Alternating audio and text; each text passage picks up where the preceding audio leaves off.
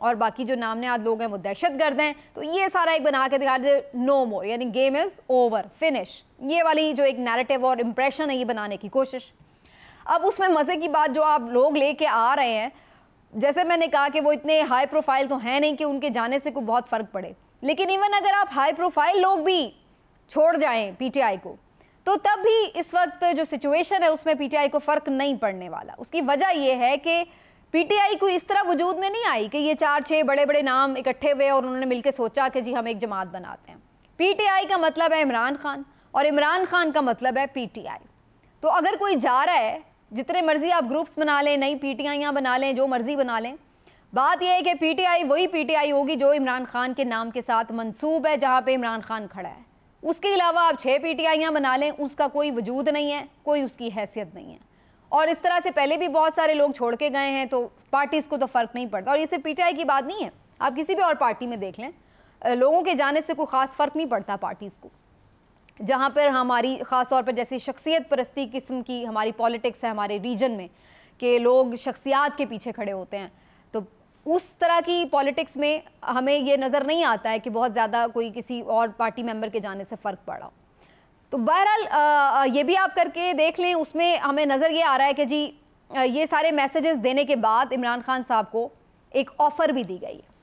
Offer یہ دی گئی ہے کہ آپ کے سامنے ایک تو یہ ہے کہ یہ پارٹی کا آپ کا حال ہونے جا رہا ہے، آپ کے اوپر 150 مقدمات ہیں، کسی بھی کیس میں آپ کو اندر کر کے سزا سنا دی جائے گی. آرمی ایکٹ کے تحت بھی آپ کے خلاف کارروائی کر کے آپ کو 10-20 سال جیل میں ڈال دیا جائے گا. آرمی ایکٹ میں اس لیے بھی زیادہ کوشش ہے جو مخالفین ہیں بدترین کہ اس کے تھرو پروسیس کیا جائے، کیونکہ اس میں آپ کو ضمانت نہیں ملتی ہے اور اس کی جو سزائیں ہیں وہ بھی کڑی ہیں.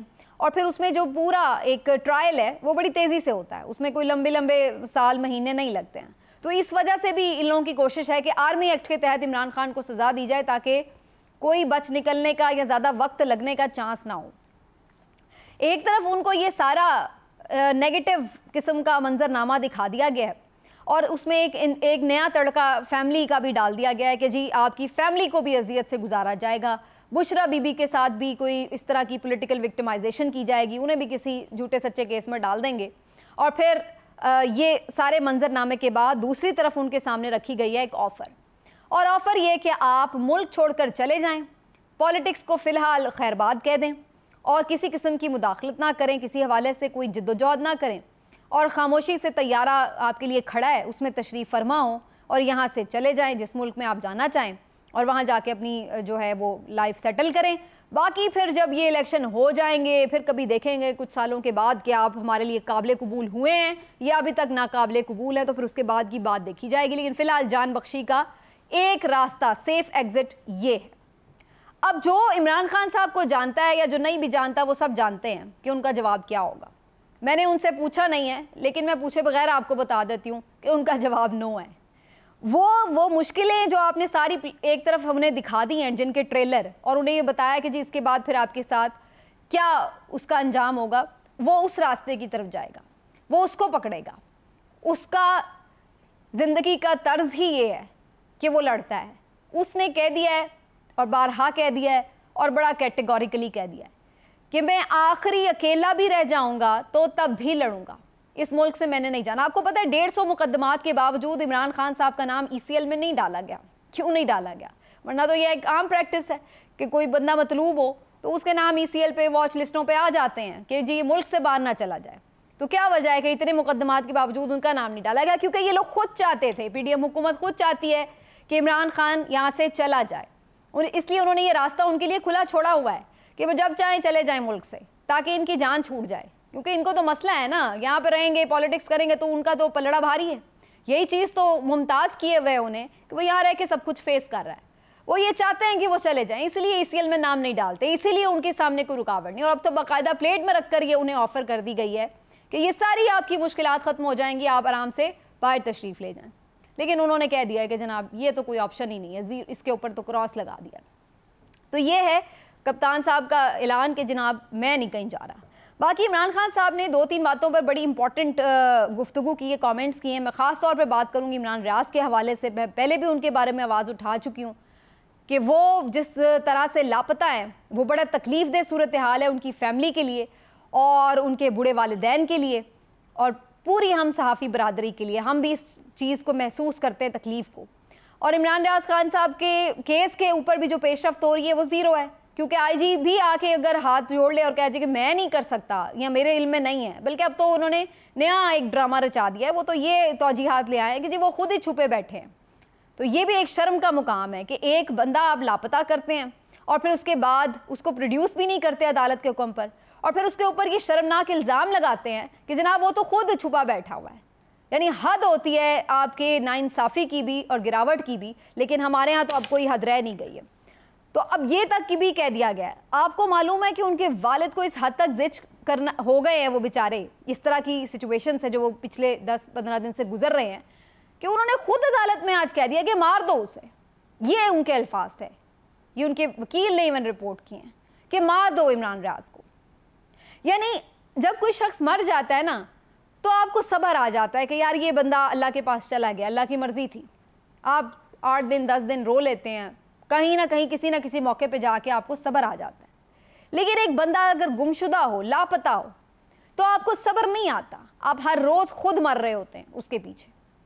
آپ کو سمجھ نہیں آتی کہ اس کے چھوٹے چھوٹے بچوں کو آپ کیا جواب دیں اگر وہ پوچھیں کہ والد کہاں ہیں, کیوں نہیں آ رہے.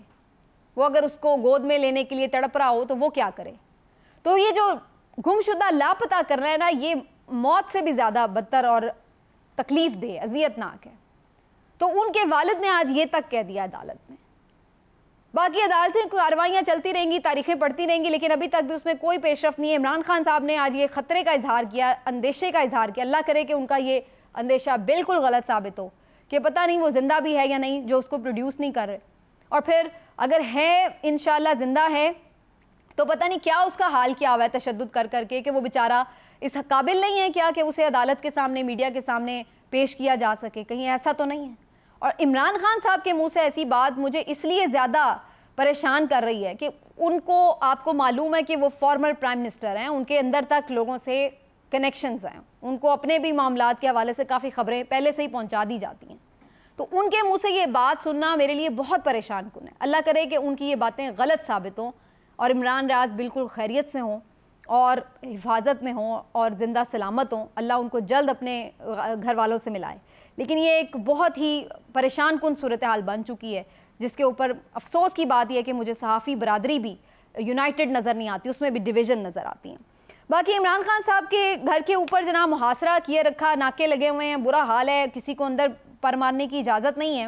وجہ یہ بتا رہے ہیں کہ دہشت گرد اندر چھپے ہوئے ہیں, اور اس کے اوپر جو ساری ایک پلاننگ تھی وہ کافی حد تک سامنے آ چکی ہے, کیونکہ وہ خود طارق فضل چودھری صاحب جو پی ایم ایل این کے سینئر لیڈر ہیں, انہوں نے بھی ایک پروگرام میں غلطی سے کہہ دیا کہ جو لوگ برآمد ہوئے ہیں, ابھی شروع بھی نہیں ہوا تھا سرچ آپریشن, ابھی کچھ نہیں ہوا, تو انہوں نے کہہ دیا جی جو برآمد ہوئے ہیں وہ خود ہی بتا دیں گے کہ عمران خان نے انہیں کیسے انسٹرکٹ کیا, کیا کیا.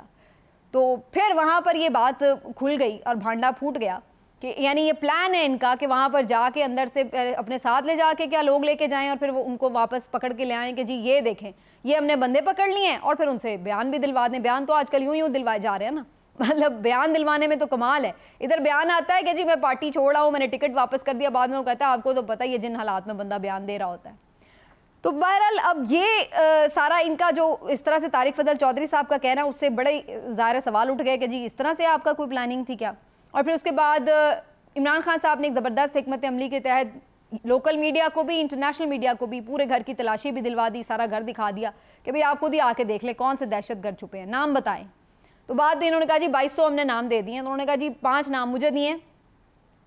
اور اس کے بعد عمران خان صاحب نے کہا کہ یہ آپ اس میں طاقت کا استعمال نہ کریں, کوئی مار پیٹ نہ کریں, کوئی تشدد نہ کریں, کوئی لوگوں کو تکلیف نہ پہنچائیں, سیدھے طریقے سے سرچ وارنٹ کے ساتھ آئیں اور آ کر تلاشی لے لیں. اس کے اوپر پھر ایک ٹیم بھی گئی عمران خان صاحب سے مذاکرات کرنے کے لیے پولیس کی, اور ان کے سامنے عمران خان صاحب نے 3-4 چیزیں جو ہیں وہ رکھی ہیں. انہوں نے پہلی چیز یہ کہی ہے کہ جی بہت زیادہ فورس نہ لے کے آئیں, 4-5 لوگ آئیں جنہوں نے تلاشی لینی ہے. خواتین پولیس اہلکار بھی اس میں شامل ہوں کیونکہ ظاہر ہے فیملی بھی ہے اندر. اور تیسرا انہوں نے یہ بھی کہا کہ یہ جو ناکے واقع آپ نے لگائے ہوئے ہیں, خوف کا ماحول بنایا ہوا ہے اور آنے جانے والوں کے لیے دقت علیحدہ بنائی ہوئی ہے, تو اس کو بھی ختم کریں اور بالکل ایک نارملائز کریں سچویشن کو. باقی آپ قانونی طریقے سے آئیں, سرچ وارنٹ لے کے آ کے دیکھ لیں آپ کو کیا چاہیے. لیکن اس کے بعد بھی ابھی تک اس کے اوپر کوئی انہوں نے پھر پیش رفت نہیں کی. ان کا خیال یہ ہے کہ یہ جناب پورے اٹیک کر کے جائیں اور پھر میڈیا نہ ساتھ جائے. عمران خان صاحب یہ بھی چاہتے ہیں کہ ساری کارروائی میڈیا کے سامنے ہو تاکہ یہ خود سے کوئی پلانٹ نہ کر سکے چیز. اگر کوئی ہے میڈیا خود ہی دیکھ لے گا آ کے کہ بھئی اندر کہاں سے کون سا بندہ نکالا ہے. کیونکہ بعد میں عامر میر صاحب نے یہ بھی کلیم کیا کہ 8 بندے پکڑے گئے ہیں, کوئی دھوبی بن کے جا رہا تھا, کوئی دودھ والا بن کے جا رہا تھا. اور جب ان 8 بندوں سے میڈیا والے بات کرتے ہیں تو وہ کہتے ہیں جی ہمیں تو 1 مہینہ پہلے سے پکڑا ہوا ہے انہوں نے, ابھی تھوڑی پکڑا ہے. تو عجیب کھچڑی پکی ہوئی ہے, جس طرح سے پلاننگ ہوتی ہے وہ اس طرح سے ایگزیکیوٹ نہیں ہوتی, اور پھر جو لوپ ہولز ہیں وہ سارا بھانڈا پھوڑ دیتے ہیں. تو یہ سارا مسئلہ مسائل ہے جو سوشل میڈیا کے دور میں انہیں پیش آ رہا ہے, اور اسی وجہ سے اس سے پہلے 1 ہفتہ انٹرنیٹ بند کیا رکھا گیا تاکہ اس کے بعد جو چاہے جیسا نیریٹو بلڈ کرنا چاہیں وہ کر سکیں, کیونکہ کاؤنٹر نیریٹو تو آ نہیں رہا ہوگا, تو پھر اس لیے کوئی مسئلہ نہیں ہے.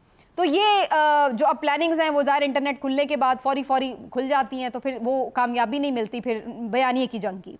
اور آخر میں تھوڑا سا میں یہ بھی آپ کو بتا دوں کہ ایک بہرحال اچھی چیز یہ ہوئی ہے, جو ہائی کورٹ سے اچھا فیصلہ آیا, وہ یہ کہ جو پی ٹی آئی کے ممبران اسمبلی ہیں, قومی اسمبلی, ان کی واپسی کے لیے راہ ہموار ہو گئی ہے, کیونکہ ان کا جو معطلی کا یعنی جو ان کا ڈی نوٹیفائی کرنے کا نوٹیفیکیشن تھا وہ ختم کر دیا, کالعدم قرار دے دیا گیا, استعفے نامنظور کرنے کا کہہ دیا گیا ہے, اور یعنی جو منظوری تھی ان کی اس کو ختم کر دیا گیا. اور اب انہوں نے کہا ہے کہ آپ جا کے اسپیکر سے رجوع کریں اور اپنے استعفوں کے بارے میں تازہ جو بھی آپ کا اسٹیٹمنٹ ہے کہ جی آپ دے رہے ہیں نہیں دے رہے, واپس لے رہے ہیں, جو بھی ہے اس کو کلیئر کریں. تو ظاہر ہے وہ تو پی ٹی آئی پھر جا کے یہی کہے گی کہ ہم واپس لے رہے ہیں استعفے. تو اس طرح سے ان کا واپسی کا راستہ جو قومی اسمبلی کے لیے وہ ہموار ہونے کا واضح چانس ہے. اب اس کے فائدے کیا ہیں؟ اس کے 2-3 فائدے ہیں. ویسے ظاہر ہے اب یہ تو نہیں ہے کہ کوئی میجورٹی میں آ جائیں گے تو کوئی قانون بنا لیں گے یا کوئی تلپٹ کر دیں گے حکومت اندر جا کر نمبر گیمز میں, لیکن اس سے 2-3 فائدے یہ ہیں کہ ایک تو یہ جو بہت زیادہ سیویئر قسم کی پولیٹیکل وکٹمائزیشن ہو رہی ہے, تو رکن قومی اسمبلی ہوتے ہوئے آپ کو کچھ نہ کچھ کور حاصل ہو جاتا ہے پھر بھی تھوڑا بہت, تو کم از کم وہ ایک کور تھوڑا بہت مل سکتا ہے, اس میں جو بہتر طریقے سے ٹریٹمنٹ مل سکتا ہے انہیں, اگر کوئی پھر بھی گرفتار ہو تو ایک تو یہ بھی ایک ایج مل سکتا ہے.